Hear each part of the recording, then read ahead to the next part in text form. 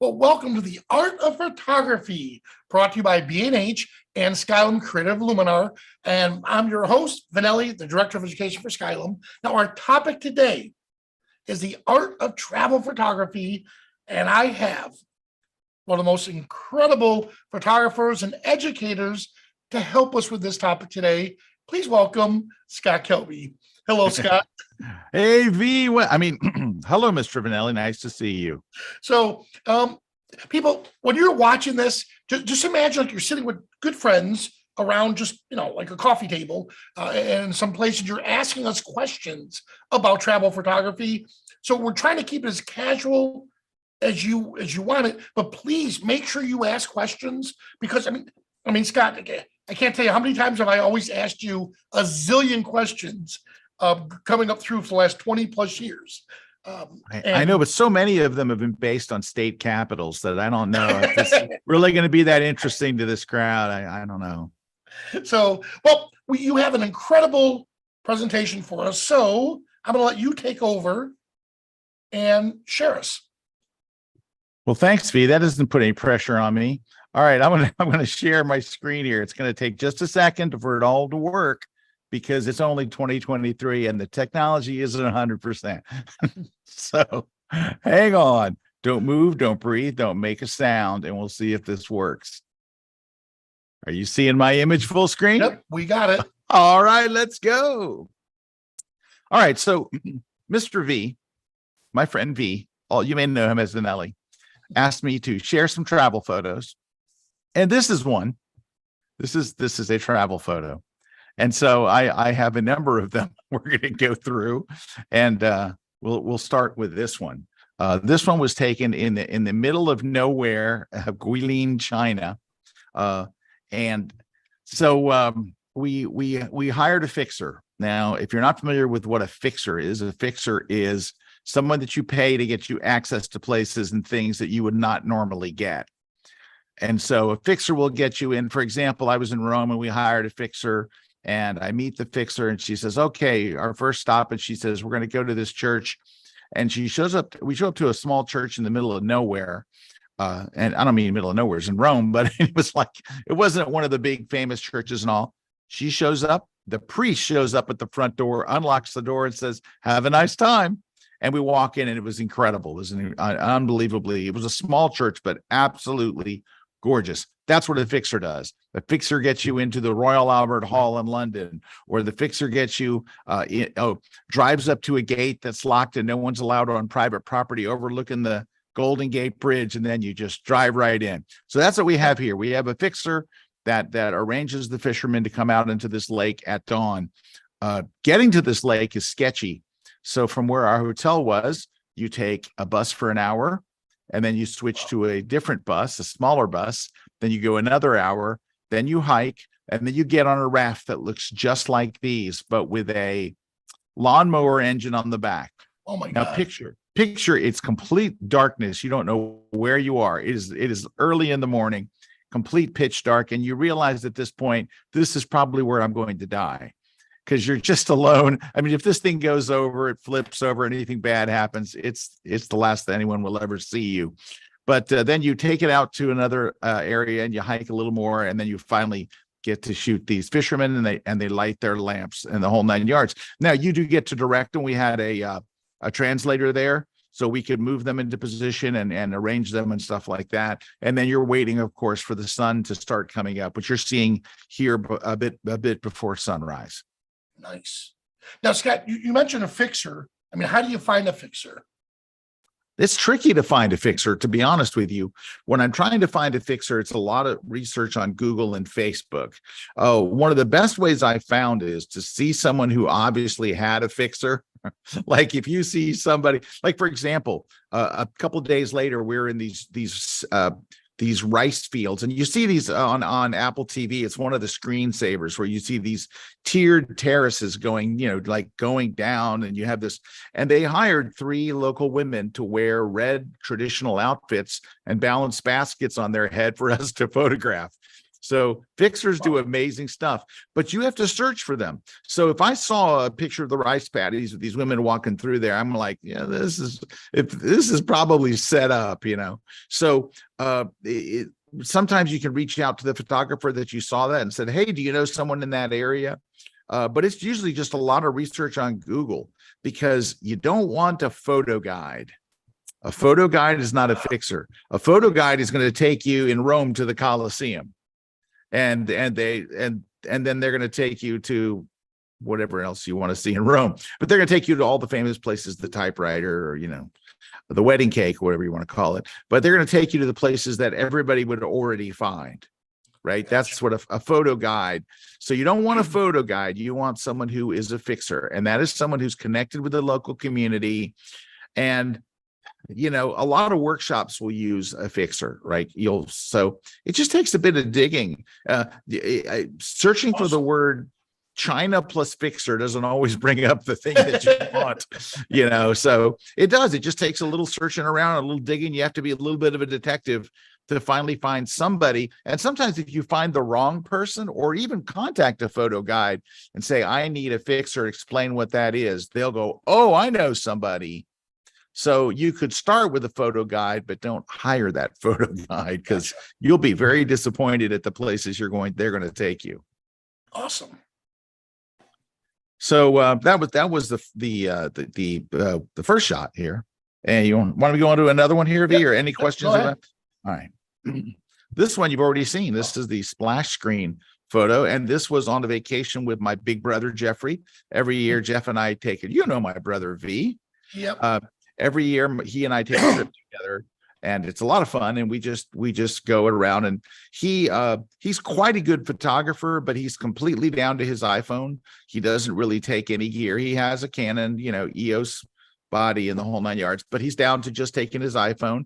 And I got to tell you, he does really, really well with it. And then he edits it all on his iPad. And so, we're all sitting there, we're loading memory cards and doing all this stuff, because sometimes a group of buddies will all go together. And my brother's over there on his iPad, just editing away and having a great time. This is in northern Italy. So it looks, when you're there, very much like Switzerland, but it is the Italian Alps, basically. It's the Dolomites, or I've heard it pronounced the Dolomites, the Dolomites, and the Dolomites. So it's something like that. It is a northern, and it uses a different dialect than regular Italian.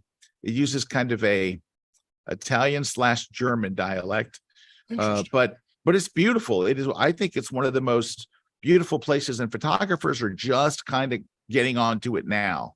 And there's so many things. Unfortunately, there are some that are a hike, and I'm not a big hiker. And especially going uphill, I'm like, oh, I don't know if I really want to do this. I'm the convenience travel photographer. Most of the travel photography that I do is on vacation. So I'm with my wife and kids, or I'm with my brother, and we want to enjoy the experience of the vacation. We want to have great food. We want to go shopping. We want to do all the regular stuff, and we'll take some pictures as well if we can. But we're not there on necessarily a photo trip. We're there to see that place. So that's what this is. And it's lovely. What made you shoot from that angle? I mean, the viewpoint. Honestly, V, I researched this online to try to find it. I really wanted to. I've seen a similar view. This isn't exactly the one that I saw online, but when I put together, sometimes I put together a Pinterest board, right, of the places that I found and stuff. But a lot of times I just throw them in my notes app, and I try to find different views and different angles. And so when I was down in that little town inside that church, I'm looking up and I'm going, I think there's a road up there. Oh, wow. And we just kind of drove around until we found an angle. I'm actually sitting on a bench. So there is a little farm up there and a bench where people go at sunset. And I'm just literally, how lazy is that? I'm sitting on a bench taking the shot. But we stayed there for, I don't know, 20 minutes or a half an hour just to enjoy the view. It was just beautiful. And, awesome. And you got cows and cowbells. You're here going. It's very, very romantic, nice kind of place. I know it sounds weird when I say romantic and I'm with my brother, but I mean romantic in the sense of travel romantic, not romance romantic. Yeah. Now, our friend Matthew Brown in Europe, Photo Hound is what I used, to where you type in the Photo Hound and it actually shows you the location, tells you if it's difficult or not to get to that location, and then gives you ideas of what people have shot. I can see this. This would be a perfect shot on that. I am writing this down because I Sam. use another place called locationscout.net. That's very good. I've not heard of Photo Hound. This is a new one. I like it. Well, Is I it- was in Scotland, and I found Photo Hound, did this incredible shoot, sent it to Matt, and said, "Hey, I found this new app called Photo Hound." And of course, he thought I was joking with him. And then he goes, "Are you Vanelli? You do know that that's my company?" And I said, "Oh my God, no!" I had no idea Matthew Brown Wow. was a co-founder. Well, there you go. So that's Location Scout. that's locationscout.net, I believe it is. That's quite good. And Photo Pills was another one. Yeah, Photo Pills is an app that you can use, and Photo Pills is more like, which way will the Milky Way be? Which Yeah. way will the sun be setting? That kind of stuff. So it's like an adjunct to finding the spot. But Gotcha. I do a lot of research on 500px Yep. on Pinterest. And 500px, for those of you who don't know, is a great website that photographers share, and they do share their location very often. So that's like my number one. Number two is Pinterest, but Pinterest has really gotten very chock full of ads. So a lot of times you think you're following a great link and it turns out to be an ad for luggage. And then Location Scout. Those three are really, really handy. But anyway, it's a beautiful view, and it was a lovely day, and we had a great dinner. What? So that's an important part of travel. That's an important part. All right, next is this was in the Faroe Islands, which is a part of Denmark, but it's not attached to Denmark. It is a set of islands. And this is a very famous waterfall on there. You're literally just pull off the road with 6 other cars and you set up your tripod and wait. And, the clouds come rolling in, and, I used a long exposure here, use an ND filter, and we'll talk about that a little bit later.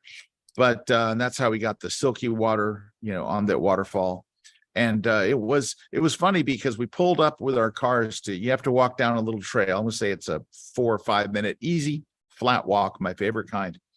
And when we got there, it was so socked in with clouds that I was like, should we just go back to the car?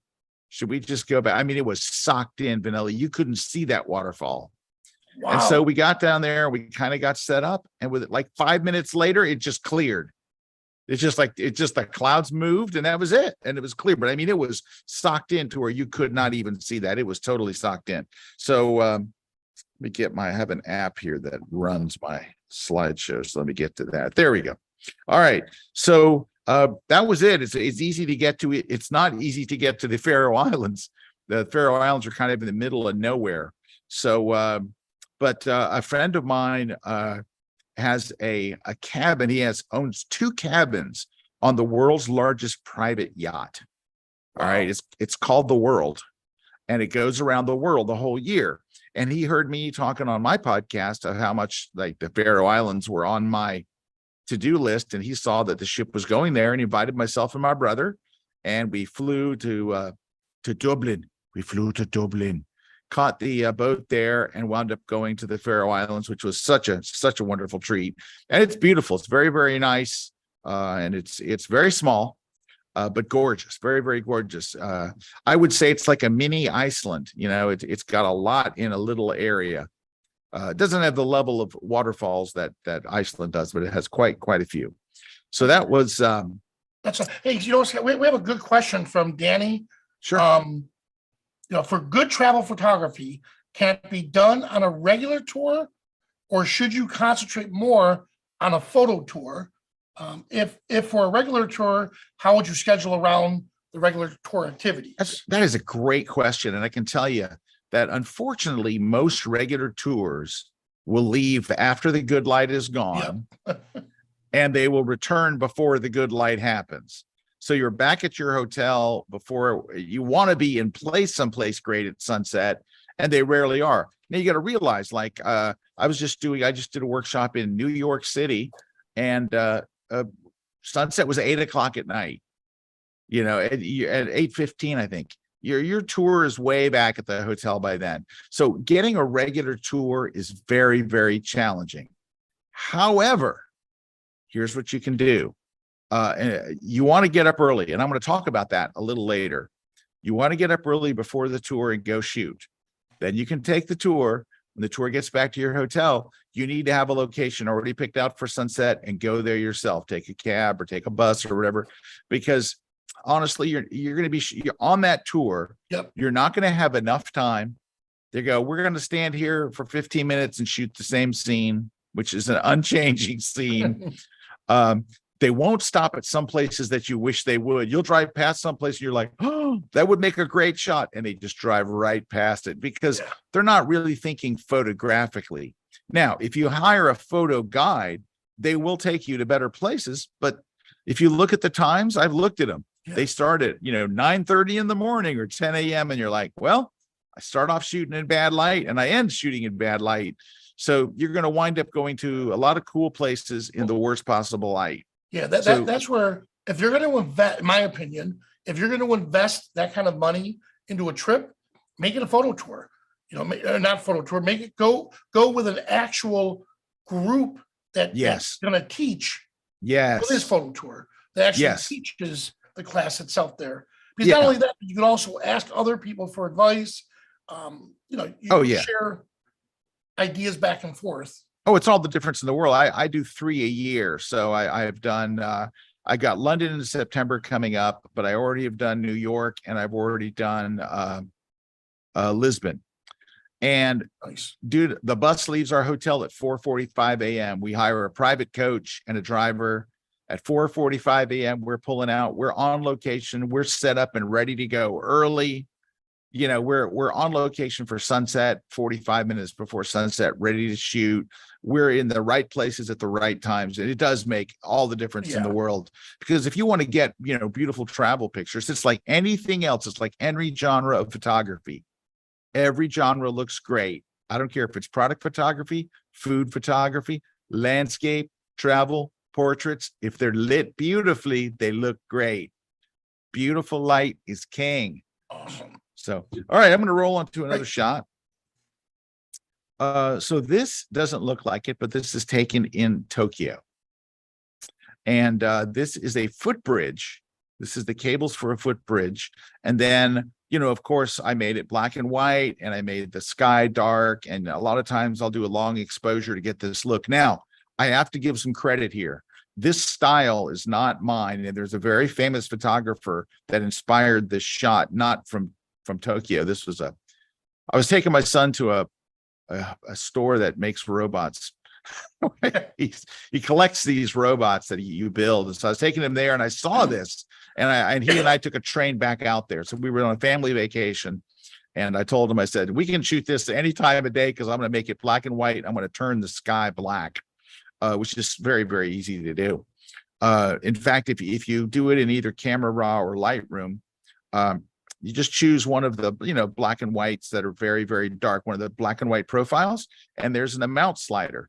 If you drag the amount slider to 100, sky usually turns black. So anyway, now I'm going to mispronounce her last name, certainly. In fact, let me look it up and see if I can do a better job. It's Juliana is her first name, which I know is a popular name with you, V. Let me find her name. And I want to at least take a shot at pronouncing it right. And she's really good. And she's famous and she does workshops. And let me see if I can find her. Hold on one second. While you're doing that, there's another question about camera bag. And for travel, there's so many out there. That's where I would recommend talking to the B&H folks because they're knowledgeable. When I call, they don't know who I am. I just call as a customer and I'll say, hey, I'm planning to do this trip. What do you recommend? And I can't believe I got you. They are. Dude, I got you. I'm going to recommend a travel bag. I got the ultimate travel bag. That's coming up. I got you, bro. I got you, V. All right, I found her. So her name is Julie. It's 2 words. Juliana Gasparro. And Okay, that I'm probably not saying it right, even though I looked it up. Gasparu, and she's really like she's I think the best at this. This is a quick version of what she does, which is very lengthy and all. But she does lead workshops. They do architecture, so she's an expert at black and white architectural photography, and she's really good. So I was looking for this kind of thing. She does stuff like this. So I want to give her credit because she was what inspired the shot. Without her work, I never would have taken this shot. So hats off to her. She's terrific. I don't know her. I've never met her or anything like that, but I know that I follow her work. So Awesome. let me get back. When you have time, I'll get that from you. We'll put it in the description. Yeah, and I can spell it properly and all. Okay. This is in Lisbon, my first trip to Lisbon. I didn't see I this one. oh yeah, so I'm shooting with my buddy in Lisbon, and my brother is there. It's my brother, my buddy, and some other buddies. We're all in Lisbon, and we're sharing an Airbnb, and we're shooting this at this one palace. I'm changing lenses, and I dropped my lens. I dropped my 70-200, my Canon 2.8 70-200, and it hits the ground. And I pick it up and I go, "It's okay." Oh, it was broken. Oh. So luckily, I'm a Canon CPS member. I contacted Canon, and they arranged for me to have a 70-200 loaner in Lisbon.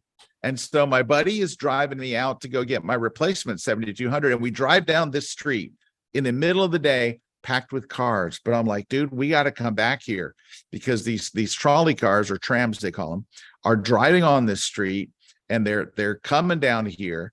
And I said, this could be a timeless shot, where it's not, doesn't look very modern or anything and all. So I did. I came back the next morning at dawn, got up early, hiked down there. There's no other cars, because in the middle of the day, there would be cars lined up behind there, and it kind of kills the shot. But this way you get the nice lighting. Now, I just missed, you see the street lamps above the car, they were on like 5 minutes before. But to get the right positioning and all that stuff, I had to kind of go with this shot. Though I probably could have just gone into Photoshop and turned those lights on, but that's cheating, isn't it, V? No, not with Magic Light. Not even though. That's right. That's right. Magic Light would do this. Oh, well, this may be the last time anyone sees this photo looking like it does now. It might look better the next time you see it. This next one was taken in, this was in Gui. This is one of those fishermen in Guilin, China. There he is. And he posed for us doing this. He was smoking and letting us watch. And, we're saying stuff like, this isn't good for your health and all. He doesn't speak English. It was no problem. So he just kept right on with it. And there's just there's nothing much to it except for a nice black and white conversion, which, I don't do a ton of black and white. And here I've shown you 2 black and whites, but sometimes it's just the right kind of photo. It's screaming to be black and white. And I think this was one of those. Another black and white, since I never do black and white, here's another one. This is in Abu Dhabi. So this is a very short drive from Dubai. And you can literally it's my brother and I, just me and my brother. And you just drive. It's just like a 45-minute drive, maybe if it's even that, from Dubai straight down the highway. Beautiful, nice highway. It's the largest mosque in the world. It's absolutely stunning. You can't tell, but the mosque itself is white. It's completely white. So I converted it to black and white here. And there's just so many angles and so many things. And I think for us being in the middle of the day, the lighting on the minarets looks pretty good. Like it looks kind of soft, but we're there at 4 o'clock in the afternoon, which normally you'd have very harsh light, but the lighting looked so nice. I wanted to take the shot, and it kind of, other than long exposure, do you usually handhold a lot of your shots? Oh yeah, this is handheld. Absolutely. In fact, I would say, except for the bridge, I think I shot on my tripod. In fact, I'm certain I did, because I wanted to do a long exposure. I think all the rest of the ones that you've seen so far have been all handheld. So I mostly handhold. And here's another example of hand holding. This is, I'm leading a workshop in Venice, Italy. Oh, and And this is the Aqua Alta Bookshop, which unfortunately now is so popular. It's a tourist attraction and everybody jams in there. And it's a madhouse in there. So I basically had to sit there and just wait. I leaned against the books you see on the right, waiting for a gondolier to come by because there's a little, there's a canal right there. So I'm just waiting for there to be nobody in the picture and for the canal to come by, and people keep sitting in those chairs. And I'm like, so you know what I find works in these situations where people keep walking into your shot? Just a little thing of pepper spray, just a tiny bit will clear them right out. But this is just patience. This is literally, I'm just sitting and waiting for all this to go by, waiting for the. How did you find this place? Researched online, 500 Gotcha. px and the same stuff. Now you can't miss it. I mean, it's considered one of the most beautiful bookstores in the world. We're going to see another of the most beautiful bookstores in a few minutes. But it's just it's a very nice, it's neat to see. And you can't tell, Vanelli, but on the left there's an entire gondola inside the bookstore full of books. You can see kind of part of it at the very left side. But yeah, there's a gondola there, and people do go in there and buy books, but really you're just there to see it. It's kind of wild there. It's this next one it's just weird. It is I'm so sorry, but how many Kelby books did you find in there? Zero. They're mostly Italian, and they have Italian translations of mine, but I did not see any. I've been there multiple times. So this was interesting. This is on that same trip to China. And I'm with my friend Rick Salmon, and so he and I are together.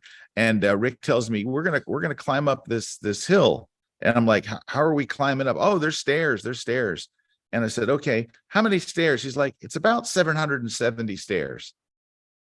And I'm like, dude, I got a bad knee. I'm not gonna climb 770 stairs. He's like, dude, if you get up there, the view's pretty amazing. And I'm like, 770 stairs. And is it stairs like at the mall, or is it stairs like carved into a mountain? It's carved in by the local villagers. So every step is a different height. Sometimes there's a railing, sometimes there's not. Now, so I'd hurt my knee. I'd been shooting pro sports for many years, shooting pro football and all of this. And I had to stop shooting. I was shooting for a news wire service. And it was, I was shooting the Outback Bowl. So I think it was South Carolina Gamecocks versus I forget who, but the game's over. They're celebrating it. It's a center field. Gamecocks won. They're holding up the trophy. Everyone's excited. Everyone's cheering. Confetti everywhere. I'm down shooting with my wide angle lens, getting these shots. And Vanelli, I go to get up and I can't get up. Like I just couldn't. And another photographer comes over and says, "You okay?" And I'm like, "Yeah." He says, "You need a hand getting up?" I'm like, "No. Okay, I need a hand." And he helped me up.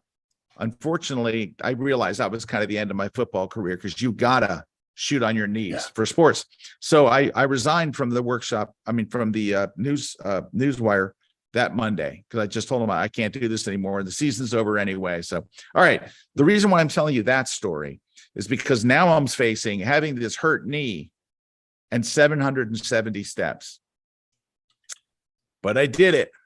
Wow. Because you're there once, right? And now I'm going to tell you, it took me a minute to get up there. I didn't go up like a gazelle, right? I wasn't like, bing, bing, bing, bing, bing. I was like, I'd go 10 or 20 steps. I'd take a few deep breaths. I'd go another 10 or 20. I'll bet it took me 45 minutes to get up there, but I made it. Now, when I got to the top, I'm gassed. I'm like, so I kind of get myself together and I got this shot and I got some other shots. So then Rick tells me, in a couple of days, we're going back up there. I did it twice. Wow. All right. But the reason I'm telling you this story is, besides that, do you know what's weird? It fixed my knee. Oh. My knee hasn't hurt a day since. I could go shoot football tomorrow. Like my knee got fixed. Like while I was on that trip, all of a sudden I'm like, God, my knee feels really good. I mean, my knee was so bad, it was waking me up at night. I'm thinking I'm getting surgery. But the answer is two ancient mountains in China, and my knee's fixed. It's crazy. All right, so that is it was quite a hike up and quite back, but I lived. I survived. You bring out a good point. honestly, because like when we were in Iceland, there are some shots. I said to Jim Nix, Jim, I don't know, scout ahead. Tell me if it's worth the effort of me making it there. And he sends me a picture of my phone. I'm like, oh man, it is. And I struggled to get to that location to shoot it. Some shots, I was like, is it worth the pain? Nope, not gonna do it. So, don't be one of those people that says, I don't care, I'll just work through the pain, and then you re-injure yourself even more. It does help to have somebody scout it for you. Yeah. Because we did that in Slovenia, where I didn't go up to the top of this hill and everybody came down and said, dude, it was nothing. Yeah. They're like, you couldn't get the shot. There were trees in the way and stuff. All right. So this one you probably recognize. Yep. So, but what's interesting about this is it's from Vik, Iceland, VIK. If I were to move my camera a little to the left or a little to the right, you'd see all kinds of stuff, billboards and cars and parking lots and all kinds of junk. But there's a place where you can pull off the road and frame it up to where you just have this church all by itself. But there's all kinds of stuff going on around it. It looks like, I mean, it is kind of by itself, but if you're shooting from a distance, you see all kinds of stuff. Oh, there's a gas station. It's not pretty.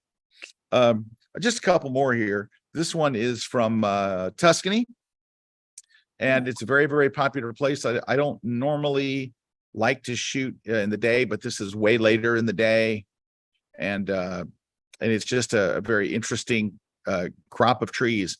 So when I did my research, Vanelli, do you see the trees off to the right, way off to the right? Yep. I thought those were the right trees. So I hiked all the way up to the top of there. It was kind of a no fun hike. And then I got up there, and of course I realized once I got there, these are the wrong trees, and came back down, and then my buddy and I just kept looking at places until we finally walked to this place, which is you have to go down a bridge. You walk across a bridge with cars going, and then you step over the railing, and then that's where this shot is. Nice. This one is, I saw it with my friend Serge Romilly.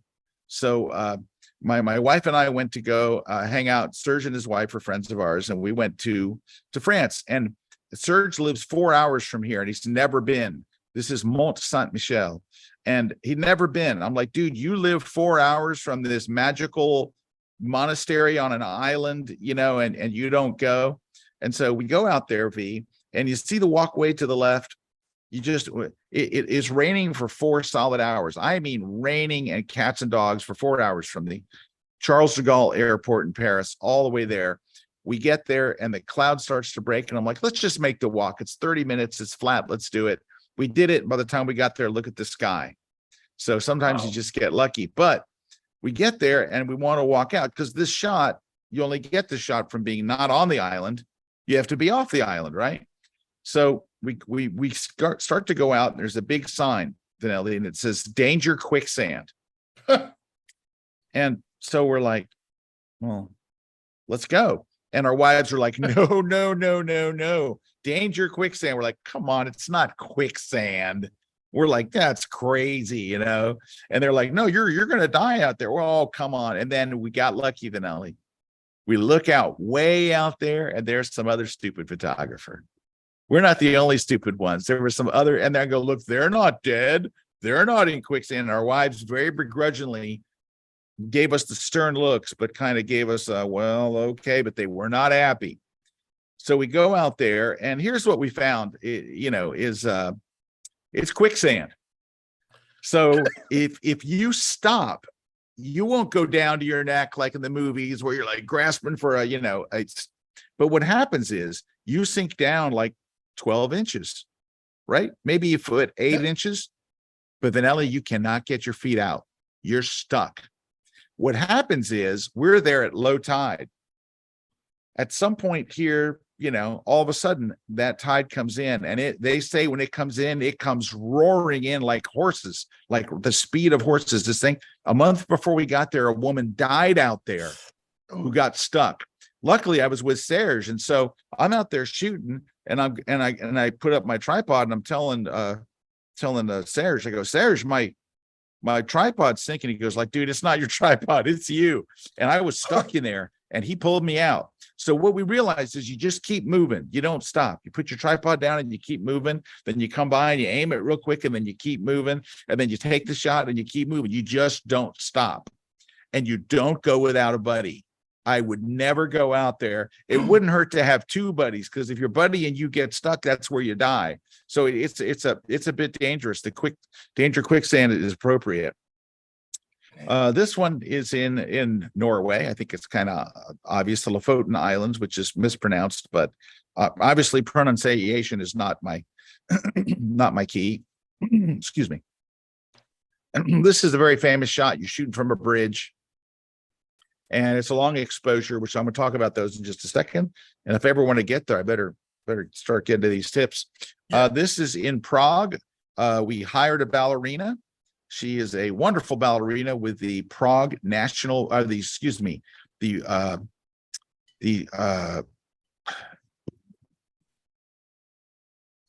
Czech Republic National Ballet. There we go. Sorry, I went blank for a second there. So she's with the Czech Republic's National Ballet, and she came out and brought 3 different outfits for an hour. It was wonderful. It was amazing. We found her on Instagram, and she charged $25. Wow. So she was my replacement? She was your replacement. Instead, I was like, if Vanelli was here, we would just use Vanelli, but there's no one here, so we'll get a ballerina from the Prague National Ballet. All right, this one is from this one's from Tuscany. It's a very famous church used in the movie, or a little very, very tiny chapel used in the movie, Gladiator, right? Oh, so okay. and we're just getting up early in the morning. We were very lucky to have that rolling fog, and as the sun comes up, usually once the sun comes up, the light gets bad. You can see the sun's already up in the sky, but in Tuscany, you want to wait for that sun to come up so you get the beams of light and it lights up the fog and all that stuff. You'll recognize this next one, V. Oh, beautiful. Also outside of Vik, Iceland, a very famous sea stack. And we just got really lucky with the clouds that morning. We're sitting there. I'm with my buddy, Terry White. We're on vacation together, and we're just like, I can't believe what we're seeing. Terry is not fond of getting up at dawn, not fond at all. But he was like, dude, this was totally worth it. All right. So that's like 15 pictures, which is a lot to go through. That's awesome. But I do have my 7 top travel tips. So if I was sitting at a bar with a buddy, like you were talking about, and they said, give me some tips for my next trip, these are the 7 I would give you. The first one we've actually kind of already talked about, which is how important research is. The success of your trip, whether it is a photo trip where you're going specifically to take photos or you're there with your family, it's all about the research. If you do the research, you're going to get a great opportunity to get great shots. Like I said, I start at 500px. It's interesting. You do not have to join 500px to search it. So you can scroll to the bottom and go to, I think it's either discover or search. And you can literally just type in, Iceland, and you'll see tons and tons of pictures of Iceland from individual photographers saying, here's my favorite picture of this, of Iceland. And it's wonderful. It really is an incredible resource. It's totally free. You can join, and it's nice to join. I have a membership with them, but it's great. But the difference is this is an individual photographer sharing one of their great shots, and they tell you very precisely often, sometimes with a map and GPS coordinates, exactly where they were. Oh, good. Not always, but often. The next one is different. The other one, or other resource I use is Pinterest. Now, the difference here is these are not photographers generally. On Pinterest, it's people curating their favorite photos from all different photographers. So it's regular folks that have a good eye for photography. So when you click on one of them, you will find, great collection of beautiful photos from all over. So it's different. It's more like you're looking at a museum of images, where 500px is individual photographers. Now, the tip that I would give you about this research is, this is going to sound crazy, but I'm telling you, this one pays off big time. When you get to a new city you haven't been to before, very first morning, very first day, before you go anywhere or do anything after breakfast, jump on one of those 2-hour bus tours. So jump on one of those bus tours, take your phone and do a tour of the city. It's going to go by every big major thing, and you're going to go out and you're basically location scouting. That's what you're doing. You're on the top of a double-decker bus. You're going to location scout. You're looking for good places. If you see a good one, you're going to take a picture of it because your phone will embed GPS data right into it. Smart. And on your phone, you can look and it'll show exactly where you were standing. It'll show a satellite picture of where you were, just right there on your phone in the phone app. So if you see a great place, but more likely, here's what you're going to use it for. If you go to Europe, like for example, I went to Rome with my wife and my brother and my kids and all, took a family trip to Rome. And I'm thinking tomorrow morning, I'm getting up at dawn. I'm going to be out. I'm going to get my shot of the Colosseum. But on the bus tour, I drive by the Colosseum. Oh, gotcha. Do you know how many things are in scaffolding in Europe or in anywhere are being restored and repainted and refreshed all over? Everywhere you go, it's scaffolding. When you take that bus tour, you're going to drive by places. I drove in Paris. I drove by one. And I've been to Paris many times, but I still took the tour because it's going to drive right by every big monument. Smart. Drives in front of the Opera House. I always wanted to get a shot of the Opera House at dawn. Dude, they had a concert going on. They have a big stage set up and all this different stuff. It's totally, all right. But I'm going to give you one more. You ready for this bonus one? This is a good one, Benelli. Ready? Yep.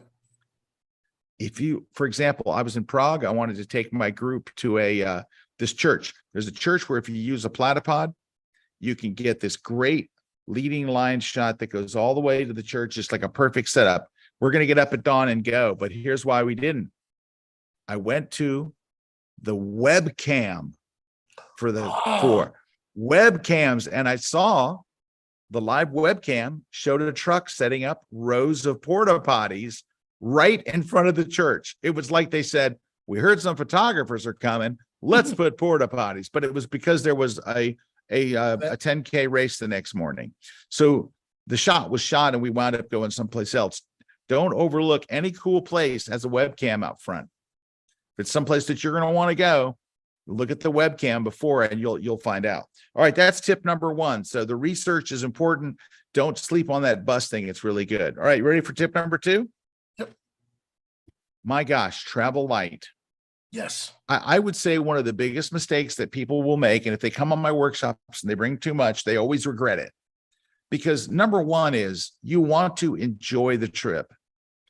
And is there a possibility that you're going to be somewhere and go, man, I wish I had my other lens? Maybe, but I'm going to get you around that. I'm going to get you around that. My rule is this. I'm taking just one or two lenses, period. That's it. Now, if you can get away with one lens, I promise you, your entire trip will be better. Here's why. If you take two lenses, I can promise you this. As you're walking around a city, whatever lens you have on, right then, when you turn the corner, is the wrong one of the two. So then you switch lenses and you take the shot. Walk 10 feet. Oh, I got the wrong lens on. Switch. You will spend your whole trip switching lenses. If you can get away with one lens, I'm telling you, it will make your whole trip. You'll always have the right lens, but I'm going to tell you the lens. Ready? Yep. Now, I'm going to give you Canon, Sony, and Nikon. If you're on Canon, this is the one. I love this lens on a level you can't believe. This is the Canon 24 to 240. So you're going from wide angle, a nice wide angle, all the way to 240. It's f4 to f6.3, so it's a fairly decent range. It's light, it's small, and you can check the price on B&H. I believe it's like $8.99, and it's sharp. What an incredible thing. You've got this one lens. I take this one lens. That's pretty much it. Unless I know I'm going to shoot a particular interior where I think I would like an extra, that one day I'll take my second lens, but this is my lens that stays on my camera all the time. 24. Now, if you're a Sony shooter, they make the exact same lens for mirrorless. Of course, the Sonys work on mirrorless. Their mount is the same. 24 to 240. Sony makes it. Nikon makes close for their Z mounts, they make it 24 to 200. So it's not quite 240, but it's a very good lens. It's sharp, it's lightweight, it's all the same things. It's right in that same price range. And oh my gosh, everybody that I know that has it loves it. Now, if you had to have a second lens like Scott, I cannot possibly go with a second lens. What would I recommend? I would get, well, for Canon, I would get the 14 to 35. A lot of times you can get a 16 to 35 or even a 15 to 35, like from Tamron. But this is a great lens, and it's f4, so it's lightweight. It's wonderful. And when you shoot this, you're shooting ultra wide. So you're going to be at 14. You're not going to use the 35, to be honest with you. You're going to be at 14, right? That's why you bought the lens. You didn't buy the lens because it's 35. You bought the lens because it's super wide. It's 14. And it'll cover a great range. So these are the two lenses. If I do take two, and I will not take more than two. Well, I feel good now because I have both of those lenses for the Skyrim trip in Iceland. We're doing the Luminar Adventure Tour. I believe it's the end of August. This is all you need right here. I don't even know if you need the 14 to 35, but I mean, you can take it because you're Vanelli, you're a big, strong guy. Well, I also want the 85 just in case I'm going to do portraits. Dude, you don't need that 85 to do portraits. You can do the portraits with the 24 to 240. Don't take that third lens, Vanelli. You're going to regret it. Now, we haven't even got to the regret part yet. I haven't got to that. All right. All right. So if you have this range of 14 or even a 16 to 35 and a 24 to 240, you've got everything covered except for a very slim range. The only range you're missing with these two is a range you're probably not going to shoot in, 35 to 70. For travel, you're not going to, the only lens that you would take to cover that missing thing is you already have 35, right? You take a 50. And you know what? When you go out shooting travel, you don't see anybody shooting a 50. And if you do, that's because they're losers. So you're not going to see anybody out there. All right. So here's what we're going to take. Here's what we're going to do next. This is the strap. Oh my gosh, this strap is amazing. Yeah. A guy turned me on to this strap 13 years ago at my worldwide photo walk. It goes across your body so your shoulder does not get tired. Also, you're never going to miss the shot because it's right there at your side. You just reach down and shoot. You don't have to take it off your shoulder or any of that stuff or around your head. It also has a pouch on it to hold a backup battery. So, Vanelli, when I leave my hotel, I have this strap, my camera, my backup battery in the strap. I don't have to take a camera bag. I got one lens that does it all, a 24 to 240. I have one thing. I have no camera bag. Do you know how great it is to go on vacation without a camera bag? Because you have to protect your camera bag. When you're traveling, people know that bag is full of stuff and they will steal it. Dude, I could tell you a million stories that people have told me and friends have had happen to them where they lose their camera bag. I've had them lose every bit of it before day one. So if you don't have to take now, if you take two lenses and you think you might be changing, I have the ultimate dream bag. It's this one, the Think Tank Photo Turnstile 10. This thing is a dream because it will hold two lenses and your body, and you can't see, but it has a pocket for a platypod. I can put a ball head in there, a cleaning cloth, and my ND filters, all in this tiny little bag that fits around your waist or goes over your shoulder. Now, the reason so I carry it over my shoulder, like you see here, when it's time to change lenses, you swivel it around like you see on the right. You open it up and it's right in front of you. Take a look, just like this, right here. Yeah. It's so easy to change lenses right there. You swivel it around, and here you can see that pocket. You see the word tank right behind the lens. There's a pocket there, and your platypod slides right into there. So here's what I actually have in my bag. I'm going to have my cameras already over my shoulder. So I'm going to have a secondary lens. And by the way, it will hold up to a 70 to 200 for your secondary lens, but don't go on vacation with a 70 to 200. Anyway, it'll hold my ball head, my platypod, my ND filters, my cleaning cloth, all that stuff. and it's lightweight and it's easy to use. And because it goes across your body, no one's going to rip it off your arm and go running. I'm telling you, this bag is it. And I want to give a shout out to Jeff Leinbach, who turned me on to this bag years ago. And I love it. This is the best bag I've ever had. And I've got every bag, Vanilla. You know how we collect bags, right? You can't stop buying them. I got the big roller bags. If you're taking a roller bag, you've made a huge mistake already. All right. Number 3, when you're there, do not forget to shoot the details. Yes, we want the big hero shot. We want the big Eiffel Tower at dawn. And you have to shoot those shots, by the way. If you go to Paris and you're going to show other people your shots, you better start with the Eiffel Tower because that's all they want to see. Just like, oh, you went to Italy, where's the Leaning Tower of Pisa? Oh, you went to London, where's Big Ben? Start off with the classic shot, and then everybody will be happy. But if you shoot little details and stuff, it makes all the difference in the world in telling the story, right? So not every shot can be a hero shot. So for example, this is a stupid looking shot in a temple in Tokyo, but you don't have to show this whole stupid looking shot. You can zoom in tight and get a detail. This was right there. Wow. Now, this one is, I think, a detail shot of these little cats over there, but you can zoom in and get even closer. You know, I think zooming in tight and getting details, just someone's hands, just this little box. Now, this box by itself is stupid. Like, you're like, what? But in the context of telling your story, it works perfectly. So it was Joe McNally that brought this. He said, look, a photo by itself has a certain amount of power. When you put other images with it, it gains the strength of the story. And so I share my images on a thing called Adobe Express. You already have it. It's free with any of the Adobe subscriptions that you have, the photographer's bundle or the full subscription. Just go to adobe.express.com. And you can build these beautiful pages and lay out your stuff. It just takes no skill. It's drag and drop, and you can tell your story. It's the best way to share your images from a trip I've ever seen, ever. And here's another one. Look at these, all right? None of these shots is a hero shot, right?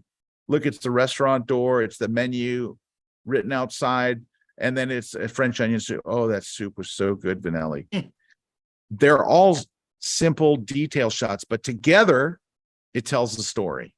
Nice. And so don't skip those detail shots, the little things. This is in a store just walking by. Don't skip those little detail shots. Look at the strength that they get when they're together. All right, so that's detail. And so don't forget that. And a lot of people skip over this stuff, but I think when you're telling your story, it makes a big difference. All right, now next, I'm going to talk about the scourge, the worst thing of travel photography. You ready? What's the worst? Hands down, tourists. They have no right. They have no right to be there. None. We're trying to do serious work and they're mucking up our shots. How do you get rid of tourists? Well, there's a number of ways. And I'm going to give you, the first one is get there early, right? This shot you saw earlier, dude, there's cars behind it. There's Mercedes and there's BMWs and there's Hyundais and there's people walking everywhere and there's junk everywhere. Same thing here. I went the day before, middle of the day.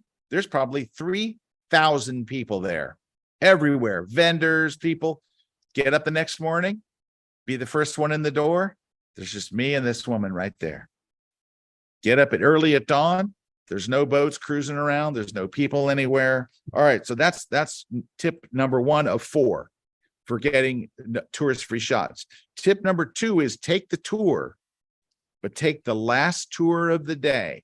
So if you want to go to, like, I went to for example, the Opera House in Paris. It is a mob scene. And there's this one hallway, Vanelli, that looks like it's in the Palace of Versailles. Absolutely beautiful. Packed full of people. So what I did was I took the last tour of the day, and as they leave the room to go to the next room, I just wait. Gotcha. And everyone's gone and the thing's clear because we're the last tour. There's nobody there. Now they do come out, and when they realize you're doing this, they come and go, Monsieur. Yeah, and you're like, okay, can I just take one shot? And they're like, American, go ahead. And they let you take it. All right. So that's the last one out trick. Oh, by the way, here's the shot. Oh, gorgeous. 20 minutes before, 100 people in this hallway. 100. All right, number 3 is do a long exposure. Put an ND filter on, wait for 5 minutes, take a look. 500 people in front of me in this square. I got my camera down low with a small puddle of water. It's a tiny puddle. Camera down low. You can put it on a pot or even just set it on the ground. And there are hundreds and hundreds and hundreds of people there. Now, that was in the middle of the day with an ND filter. I think my exposure, Benelli, was 9 minutes with a 10 stop and a 3 stop in front of it. This is getting up at dawn. Same effect. Nobody there, but with better light. The last one is incredible. It's using Photoshop's generative fill. So this is an AI photo feature built into Photoshop. So I'm gonna show you how it's done. But first, I want to tell you where we're going to use it. So I was in Portugal, with a workshop earlier this year, and there happens to be one of the most beautiful bookstores in the world. It's so beautiful that they've given up pretty much on being a bookstore. I mean, they sell books, but it's a tourist attraction. It literally is a tourist attraction. They say that J.K. Rowling was inspired to do parts of Harry Potter from this bookstore. And this is the line to get in. These people all have tickets. You have to go online and pay for a ticket just to get in the door. Everybody that you see there, except for maybe a couple people walking away, are all in line to get into this bookstore. The problem is when you go in the bookstore, it's packed full of people. Packed, packed, packed. All right, Vanelli, you ready for this? Fire away. Are you still here? I'm here with you. All right. I'm going to show you how this works. I'm going to take one of these pictures that's full of people into Photoshop. And we're going to go and get the lasso tool. And you just draw a selection around them. And we're going to use this new feature called generative fill, which uses AI to assume what would be there. Now, all you have to do is draw a selection. Look at all this person ruining my shot. How about these people down here on the stairs ruining. People upstairs, you're ruining my shot. Over here, ruining. And then over to the, yep, look at these people standing here. Come on. All you're going to do is you don't have to do anything special. You're going to click the word down at the bottom here. Oh, there's one more. Generative fill. Don't even type anything in, just click generate. It takes about 12 to 15 seconds because it sends it up to the cloud real quick. It looks at it, it analyzes it and says, well, how can we fix this? Give it a second here. Wow.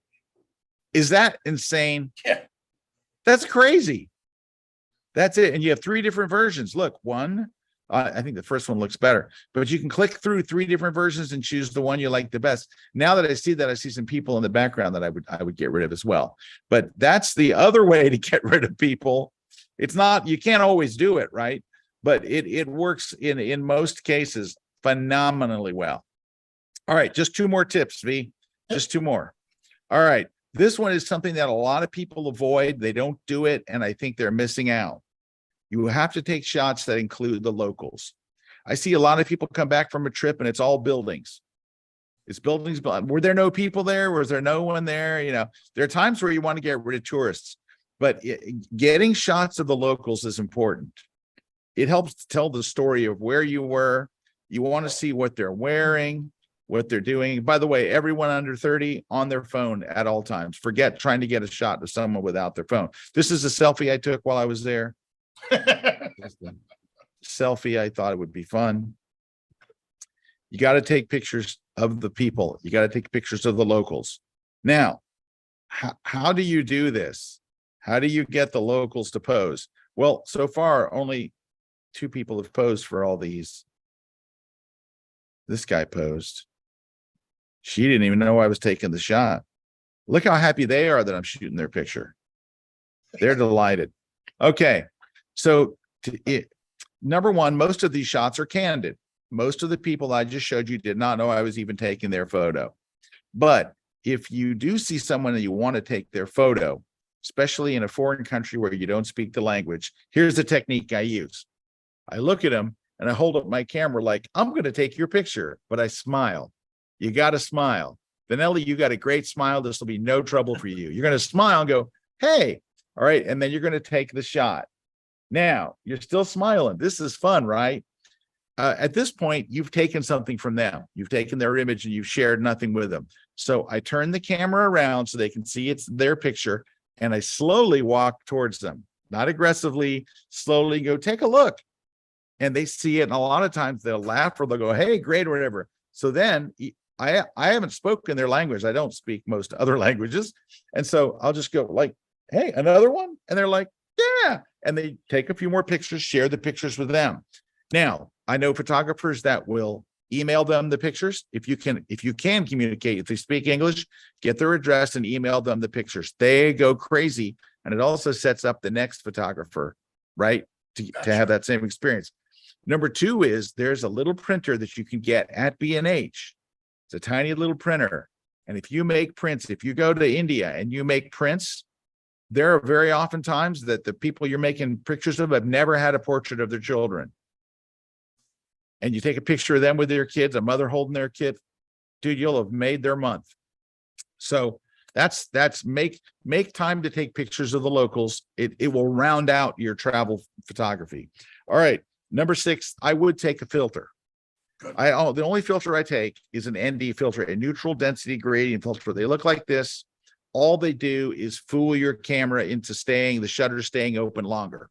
Now you need to be on a tripod for this, right? And I take a very, very small tripod, the smallest, lightest weight tripod. I have a Gitzo Traveler, which is very, very nice. I've got some of the really light ones from 3-Legged Thing. And also I just got the new for Christmas. My brother bought me the Peak Design, which is very nice. And probably the lightest full-size tripod you're ever going to find with a built-in integrated ball head. That's pretty good. All right. Now, what's an ND filter going to help you with? It's going to make water silky. It's going to make fountains beautiful. You can use it for getting rid of tourists by doing long exposures like we talked about. It can make your sky streaky and stuff. So I actually have 2. So a 10-stop or a 3-stop. Now, I have a number of different ones. Over time, I've purchased a number of them. I would recommend these 2, a 10-stop and a 3-stop, because 10-stop is what you need in the middle of the day. 3-stop is maybe at dusk or something. And then you can put them together. You can screw one onto the other and get a really nice long exposure. The ones that I have right now are through Breakthrough Photography. But I just went and bought from our friends at B&H Photo the Case system, K-A-S-E. They're magnetic. Oh. So you you screw a ring onto your camera. It stays on there. You want to pop a 10 on, you just click. Pop a 3 on, click. Pop a 6 on, click. You get a whole kit. Very nicely done. Very beautifully done. Not cheap. Not cheap. It's a little expensive, but everyone that knows the bottom loves them. If budget is your concern, look at the filters. They're available here on B&H from Haida, H-A-I-D-A. They're made in China. They are very nice. And here's the key thing. Why do we buy nice ND filters? So they don't mess up your color. If you buy a cheap ND or even some of the popular NDs, they shift your color. They put like a tint on it. It looks funky. None of the ones that I recommend do. They're all really good. So it gives you these long exposures. This photo that we saw earlier, the water and the sky movement, the silky water and the silky sky. There's the canal again. All those are courtesy of an ND filter, not to mention fountains and waterfalls and everything else. Number 7, and the last of my tips, Vanelli, is you'll like the shots best where you can simplify the scene. You saw this one earlier. What makes this strong is the simplicity of it. Anytime you can simplify the scene and clean it up where there's not a whole bunch going on, it's going to make a difference. Nice, simple pictures win. And you know what's weird, Vanelli? For so much of my career, I would look through the lens and I would think, I don't like what I'm seeing. What do I need to add to this photo to make it good? when the secret all along was, what can I take away Wait for to that. simplify this scene and make it easy? So this is on the steps of St. Paul's in London. I got lucky with the young lady standing there with the red. I wish I'd thought to walk and hand someone a red umbrella, but she just happened to be there. Now, what's missing from this photo? Other people. There were 3 or 4 other people, and I just used the healing brush and cloned them out, because getting it down to just her simplified the scene like you can't believe. And we lost Vanelli. He's just now a black screen. I'll be coming back. I don't believe you. And we just had a major power surge. Again. oh, unfortunate. Okay. Well, don't worry, V. I got you. I'm So back. there's Venice. You saw this one earlier, but when you can simplify the scene, it really does make all the difference in the world. Now, I'm going to give you a tip using Luminar Neo, and I'm going to show you how to do it. And this is such a powerful thing, and it makes your life so much easier and saves you so much time. So take a look at this shot taken in Tuscany. You know what I love? Look at the power lines. Aren't those nice? Look at those. Those are great. They really make the scene romantic. So what you're going to do is you're going to go up here into the filter menu. We're going to go to Skylum software and choose Luminar Neo. When the interface comes up, which it does within 45 minutes to an hour. No, there it is. Just kidding. Go up to edit. Go over here to erase in the list of edits. Right there, erase. And look, remove power lines. Oh, Joey. Click on it. Wait a couple of seconds. Wait for it. Wait for right here. Look right there. Oh, gone. Isn't that amazing? It is absolutely amazing. This is the AI stuff that people don't realize how this is going to impact us and help us. I think that is absolutely stunning. So that's my gig. Now I do have one more thing. If you dig stuff like this, and I know you do because you're watching a podcast on travel photography, I wrote a book, and it's called the Travel Photography Book. It doesn't necessarily have the catchiest name. It's straight up the Travel Photography Book, but it's one of my best sellers. Each page just covers one particular thing. So you can get it wherever fine books are sold, and it's very inexpensive, and it's and you recognize that picture on the cover probably. Awesome. All right. Hey, I do want to give you a wonderful tip. I wish I knew who did it, but it's right on the money. Travel is the only thing that you buy that makes you richer. So thank you, Vanelli, and thank you to B&H. All right. Any questions or anything, V? Yep. So I've been answering them all along. One thing I do want to ask is, you want to stop sharing your screen for a minute? Yeah. Oh yeah, I would be delighted to not share my screen. I'm tired of sharing my screen. Do you bring a second camera body with you? Yes, I do. A 48 megapixel camera. Nice. Right here. This is exactly my backup camera. It shoots RAW. It shoots 48 megapixels. It does stuff that my mirrorless and DSLR won't do. If my camera goes down, I've had lenses go down, I've never had a body go down. This is my backup. I could shoot an entire trip with this. No problem. Awesome. All right. I want to show you just one thing, Scott. I think I showed you this once before. Let me get the camera too. And by the way, everyone, in Florida, Scott, you know this, we are prone to lightning strikes. So thank God my entire system was on a UPS on a power supply. Yep. So, all right. So here we are, Scott. You're seeing my screen, right? Yeah, I see your screen. Yeah, that's one of our those gentlemen with his pipe. So here he is. Here's before and after. That's before. Wow. This is after, but what I want to show you real quick, watch this. I'm going to come over here and I want to discard it. So we started with the original. Now, this magic light is what we were talking about before. As long as we use the magic light the way it's meant to be and not like this, I mean, he's the focus. He's the star. Right. This should be the supporting character in the movie. So I'm going to keep that up there. Size looks good, but in the warmth. But I do want to bring the number. There we go of sprites beams out. So now that I did this is my absolute favorite as a portrait photographer. That light would shine on him. Yep. So if we come over here to our portrait tools, and this is some black magic. Look at that. So I'm only lighting his face. Now, the overall scene itself, I do want to come over here to enhance AI, and I'm going to do a global change to make the entire image look pretty, pretty spot on. But what I want to do is, if I were to shoot this, I would have wanted, of course, some blue hour, get a little creative. I will come in. Let's just change. Think of toning as split toning. And I just want to change it to blue hour right about there. But I don't want it on the man.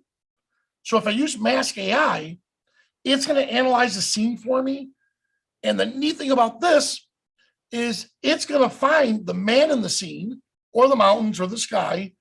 And then I could just select that and let that be my, right here, let that be my selection. Give it a second to grab it. And then once it grabs it, if I come here, I can show the mask. There it is. I want to invert it. Now, everybody or everything in the scene but him receives that treatment before and after. And one last thing, the vignette tool. With this vignette, what I love about it, I'll go to an extreme. Here we go. So I could put that center anywhere I want. I want them right about here. I'll dial back the amount. But the other thing I can do is add inner light to the scene. Now I'm going to dial it back just a bit, right to where, there we go. It doesn't seem like I did a lot, but look at the difference between before and after. I'll dial it back just a little bit more, just to add that extra enhancement onto him itself. So that was my quick, my quick tip on this was when you're out there photographing, don't photograph what you see, photograph what you want it to be. So photos you imagine. So think, I love this shot. This looks really cool. And like you said, Scott, and I loved it.